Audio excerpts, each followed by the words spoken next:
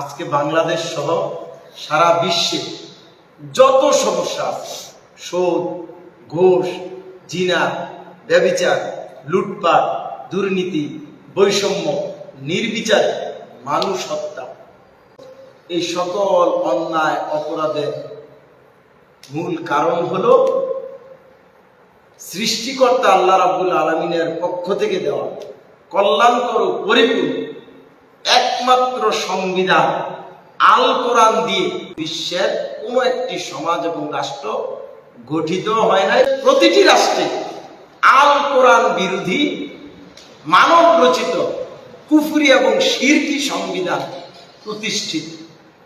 আর জাতির মানুষ এই বিশ্বের কোনো না কোনো রাষ্ট্রে জন্মগ্রহণ করে এই কুফরি এবং শিরকি আল কোরআন বিরোধী সংবিধানের অধীনে জন্মগ্রহণ করে বুঝের হওয়ার পরও এই সংবিধানের বিরুদ্ধে বিদ্রোহ করে না। এই সংবিধানের অধীনেই তাল মিলাইয়া কি করতেছে, চলতেছে, অর্থাৎ এই সংবিধানগুলো মেনে নিয়ে চলছে। উপরন্তু যারা কিছু সচেতন, বুদ্ধিমত্তা আছে, যোগ্যতা আছে, সামর্থ্য আছে, তারা সমাজকে শাসন করার নামে, সমাজকে নেতৃত্ব দেওয়ার খায়েশে তারা এই মানব রচিত ব্যবস্থার অধীনে ভোটজোট নির্বাচনে অংশগ্রহণ করছে। এই ভোটজোট নির্বাচনে অংশগ্রহণ করতে যাইয়া তারা নেতা হওয়ার জন্য সিদ্ধান্ত গ্রহণ করে একবার অঙ্গীকার করছে, আবার নেতা হওয়ার পরে আবার আরেকবার অঙ্গীকার করছে। কি অঙ্গীকার করছে? এই মানব রচিত সংবিধানগুলোকে আমরা মানিয়া চলিব, সংরক্ষণ করিব, হেফাজত করিব। বিশেষ করে আমাদের বাংলাদেশে আল কোরআন বিরোধী সংবিধানের নাম হচ্ছে গণতন্ত্র। কি নাম? গণতন্ত্র। গণ মানে জনগণ, তন্ত্র মানে কি? আইন বিধান, মানে মানুষের বানানো আইন বিধান, মানব রচিত সংবিধান। এটার নাম হচ্ছে কি? গণতন্ত্র। এই গণতান্ত্রিক সংবিধানে নেতৃত্ব দিতে হলে, নেতা হইতে হলে আগে এই সংবিধানকে মানা লিখিত একটা কমিটমেন্ট করতে হয়। দল হইলে দলীয়ভাবে নিবন্ধনের মাধ্যমে, ব্যক্তি হইলে নির্বাচনে অংশগ্রহণ করার জন্য নমিনেশন ব্যাপারে সিগনেচার করে লিখিতভাবে একটা কমিটমেন্ট করতে হয়।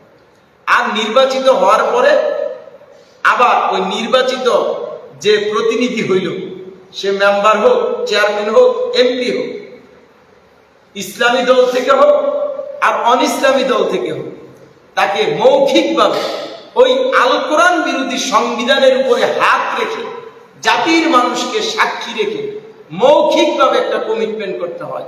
এই সংবিধান মানিয়া চলিব, সংরক্ষণ করিব, হেফাজত করিব, এই সংবিধান বিরোধী কোনো কাজ করিব না, কাউকে সংবিধান বিরোধী কোনো কাজ করিতে দিব না।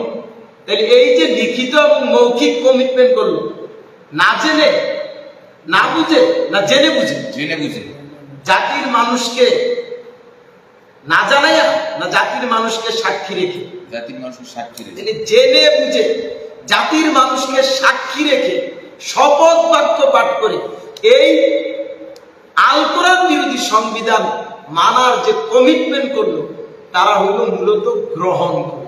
তারা কি করলো? তাইলে যারা এই সংবিধানের অধীনে, সংবিধানের বিরুদ্ধে না গিয়ে জীবনযাপন করছে, তারা হইল মেনে নিছে। আর যারা এই সংবিধান দিয়ে নেতৃত্ব দেওয়ার জন্য লিখিত এবং মৌখিকভাবে কমিটমেন্ট করছে, শপথ বাক্য পাঠ করছে, তারা হইল গ্রহণ করছে। তাহলে গ্রহণ করুক আর মেনে নেক, তাদের সকলের অবস্থান আল কোরআন বিরোধী সংবিধানের, অর্থাৎ যারা গণতন্ত্রের দেশে বসবাস করে তাদের অবস্থান গণতন্ত্রের অধীনে, আল কোরআনের অধীনে না। কেন না? কারণ সারা বিশ্বের সকল সংবিধানই বলতেছে সমাজ এবং রাষ্ট্রে চূড়ান্ত ক্ষমতা, সার্বভৌমত্বের মালিক হচ্ছে জনগণ, আইন বিধান দাতা এমপিগণ, শাসনকর্তা সরকার, মন্ত্রীগণ। অথচ আল কোরআন বলছে সমাজ এবং রাষ্ট্র সহ জীবনের সকল ক্ষেত্রে সকল ক্ষমতা সার্বভৌমত্বের একমাত্র মালিক হচ্ছেন আল্লাহ। আন্নাল কুওয়াতা লিল্লাহি জামিআ। আল্লাহ বলতেছেন সমাজ এবং রাষ্ট্র সহ জীবনের সকল ক্ষেত্রে আইন বিধান দেওয়ার অধিকার, আইন বিধান দাতা একমাত্র আল্লাহ। ইনিল হুকমু ইল্লা লিল্লাহ। আইন দেওয়ার অধিকার আল্লাহ ছাড়া কারো নাই। সমাজ এবং রাষ্ট্র সহ জীবনের সকল ক্ষেত্রে শাসন কর্তৃত্ব একমাত্র আল্লাহর। সব জায়গায় আল্লাহ শাসন কর্তৃত্ব চলছে, আল্লাহ ছাড়া আর কারো শাসন কর্তৃত্ব চলবে না। তাবারাকাল্লাযী বিয়াদিহিল মুলক। তাহলে আল্লাহ যেখানে পরিষ্কার বলে দিলেন সব জায়গায় সমাজ এবং রাষ্ট্র সহ সার্বভৌমত্ব বিধান কর্তৃত্ব একমাত্র কার? আল্লাহ। সেখানে গণতন্ত্র, রাজতন্ত্র, সমাজতন্ত্র সারা বিশ্বে প্রতিষ্ঠিত আল কোরআন বিরোধী মানব রচিত কুফরি এবং শিরকি সংবিধান বলতেছে সমাজ এবং রাষ্ট্রীয় জীবনে সার্বভৌমত্ব আল্লাহর নয়, আইন বিধানদাতা আল্লাহ নয়, শাসনকর্তা আল্লাহ নয়। এই যে আল্লাহকে বাদ দেওয়া হলো এটা হলো কুফরি। আর আল্লাহর জায়গায় সার্বভৌমত্বের মালিক কোথাও রাজা, কোথাও সেনাবাহিনী, কোথাও শ্রমিক, কোথাও জনক। তাহলে এই যে মানুষকে মালিকের আসনে বসাইলো, এমপিদেরকে আইনদাতার আসনে বসাইলো, মন্ত্রীদেরকে আইনদাতার আসনে বসাইলো, এটা হইলো আল্লাহর রুবুবিয়তে শিরক। তাহলে গণতন্ত্র সহ সারা বিশ্বে যত সংবিধান আছে মানব রচিত সবগুলো সংবিধানই কুফরি সংবিধান, শিরকি সংবিধান, আল কোরআন বিরোধী সংবিধান। এই আল কোরআন বিরোধী সংবিধান যারা মেনে নিল আর যারা আল কোরআন বিরোধী সংবিধানকে গ্রহণ করলো, এই উভয় গ্রুপই ঈমান শূন্য। কেন? কুফর এবং শিরক করলে কি থাকে না? ঈমান থাকে না। সূরা জুমার আয়াত নম্বর 65 আল্লাহ বলতেছেন ঈমান ছাড়া যত আমলি মানুষ করুক না কেন শিরকে থেকে সমস্ত আমল ধ্বংস। তাহলে ঈমান না থাকলে আমলও থাকে না। তাহলে ঈমান নাই, সৎকর্ম নাই, কোনো আমল নাই, কি আল্লাহ খুশি হবেন? না। দুনিয়ায় কল্যাণ পাবেন? না। শান্তি পাবেন? না। নিরাপত্তা পাবেন? না। ঐক্যবদ্ধ হয়ে চলতে পারবেন? একটা দলিলও নাই। ইমানদার এবং সৎকর্মশীলদের সাথে আল্লাহ আছেন, সাহায্য করবেন আল্লাহ বলছেন। আজকে ফিলিস্তিন সহ বিশ্বের বিভিন্ন রাষ্ট্রে মুসলিমরা নির্যাতিত, অমুসলিমরাই নির্যাতিত হবে কেন? একজন মানুষ কেন একজন মানুষের উপর অন্যায়ভাবে নির্যাতন করবে? একজন মানুষ হয়ে আরেকজন মানুষকে কেন ধর্ষণ করবে? একজন মানুষ কেন আরেকজন মানুষের রক্ত জড়াবে, হত্যা করবে? একটা গাছের পাতাও আপনি অপ্রয়োজনে নষ্ট করতে পারেন। আর সেখানে আপনি পাখির মতো গুলি করে যারা আপনার সাথে যুদ্ধে আসে নাই আপনি তাদের উপরে বোম মেরে নারী শিশুদেরকে নির্বিচারে হত্যা করবেন। এগুলো কি মানবতা বিরোধী না? তাহলে মানবতা বিরোধী অপকর্ম চলছে। যারাই নেতৃত্বে আসে বিশ্বের বিভিন্ন রাষ্ট্রে তারা দুর্নীতিবাজ হয়ে যায়। তারা জাতির ভিতরে বিভেদ তৈরি করে রাখে, বৈষম্য সৃষ্টি করে রাখে, লুটপাট চলে। ধর্মের নামে, দলের নামে মানুষকে কি করে রাখছে? উস্কায় রাখছে, বিভক্ত করে রাখছে, দ্বন্দ্বের মধ্যে লাগিয়ে রাখছে। আর তারা মাঝখান দিয়া বিচারক সাজ্জা দুই দলের থেকে কি করতেছে? ফায়দা হাসিল করতেছে।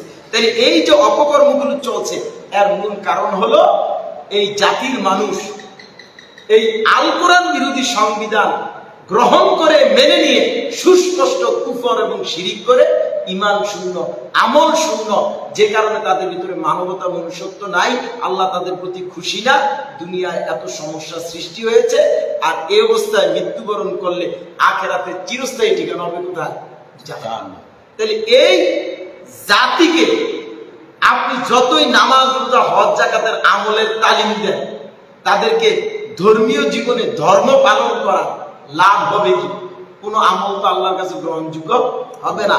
এখান থেকে যদি একটা দল বানাইয়া এই ঈমান শূন্য কুফরকারী শিরিককারীদেরকে ক্ষমতায় দিয়া ইসলামের নাম ব্যবহার করে ইসলামী দল ক্ষমতায় গেছে, এখন আল্লাহর আইন চালু করেন, আপনারা ক্ষমতায় আইছেন যেহেতু, বললেই কি হবে?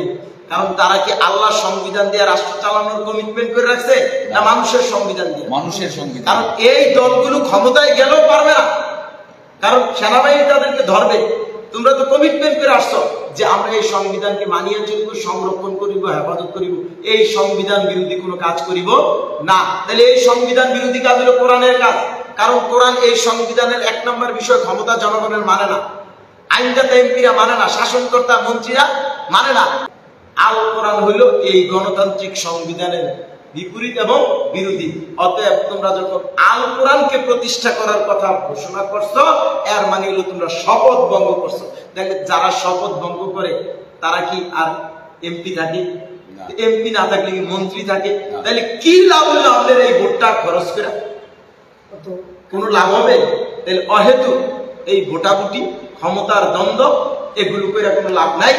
আসেন আমরা সর্বপ্রথম নিজেরা এই কুফর এবং শিরিক দেখতে ঈমান গ্রহণ করি। আমরা গণতান্ত্রিক জাহিলি ব্যবস্থা থেকে বের হয়ে, জাহিলিয়াত থেকে বের হয়ে আমরা আগে মুসলিম হই।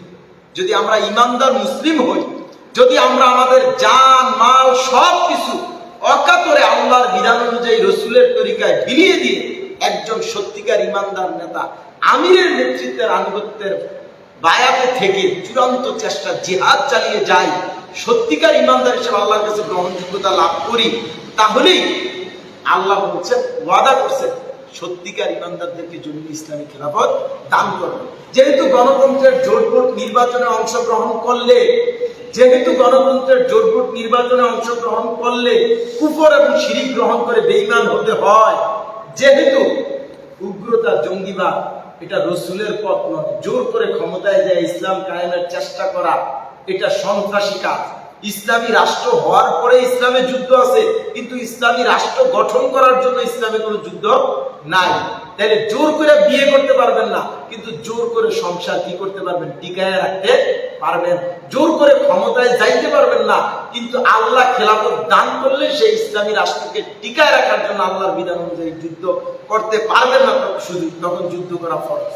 বুঝাইতে পারছি কিনা? তাহলে যেহেতু এখন বাংলাদেশ সহ বিশ্বের কোথাও আল কোরআন রাষ্ট্রীয় সংবিধান হয় নাই, ইসলাম প্রতিষ্ঠিত হয় নাই, এই জন্য সর্বপ্রথম আমাদেরকে আল কোরআন বিরোধী সংবিধানগুলোর বিরুদ্ধে বিদ্রোহ করে আল কোরআনকে একমাত্র সংবিধান হিসেবে গ্রহণ করতে হবে। আল কোরআন বিরোধী সংবিধানগুলোর আনুগত্য অস্বীকার করে একমাত্র আল্লাহর আইন বিধানের আনুগত্য স্বীকার করতে হবে। আল কোরআন বিরোধী সংবিধান দিয়ে যত নেতা বা সরকার তারা অবৈধ আবু জাহেলের অনুসারী, তাদের আনুগত্য অস্বীকার করে শর্তহীন আনুগত্য অনুসরণ করেন একমাত্র আল্লাহ রাসূল হযরত মুহাম্মদ সাল্লাল্লাহু আলাইহি সাল্লাম স্বীকার করে আমাদেরকে ঈমানদার হয়ে বর্তমানে বাংলাদেশ সহ সারা বিশ্বে হেদায়েতের উপরে প্রতিষ্ঠিত ঈমানদার নেতা হিসেবে দায়িত্ব পালন করছেন ইসলামী সমাজের আমির হযরত সৈয়দ হুমায়ুন কবির। আপনারা জানেন, বুঝেন, আমরা ঠান্ডা মাথায় দীর্ঘদিন গবেষণা করে জেনে বুঝে যাচাই বাছাই করে আমি ইসলামী সমাজের আমিরের আনুগত্যের বায়াত গ্রহণ করেছি। আমার ভাইরা করেছে, আপনাদেরকেও বলছি আপনারা আমিরের আনুগত্যের বায়াত গ্রহণ করেন এবং আল্লাহর বিধান অনুযায়ী রসুলের তরিকায় আমিরের পরিচালনায় থেকে জানমাল খরচ করে ইসলামী সমাজ গঠন আন্দোলন করে তোলেন। সত্যিকার ইমানদার হন, ইমানের পরীক্ষা দিয়ে আল্লাহ খেলাফত দিবেন। ক্ষমতার পিছনে ঘুরেন না, ক্ষমতা কার? আল্লাহর ক্ষমতা প্রতিষ্ঠিত হবে, ইমানদারের প্রতিনিধিত্ব খেলাফত প্রতিষ্ঠিত হবে, ইমানদার নেতার নেতৃত্ব প্রতিষ্ঠিত হবে, আল্লাহর আইন চালু হবে, সকল সমস্যার সমাধান হবে, আমরা জাহান্নাম থেকে মুক্তি পেয়ে চিরসুখী স্থান জান্নাত লাভ করতে পারবো। আল্লাহ রাব্বুল আলামিন সেই লক্ষ্যে আমাদের সকলকে কবুল করুক। সকলে বলি আমিন।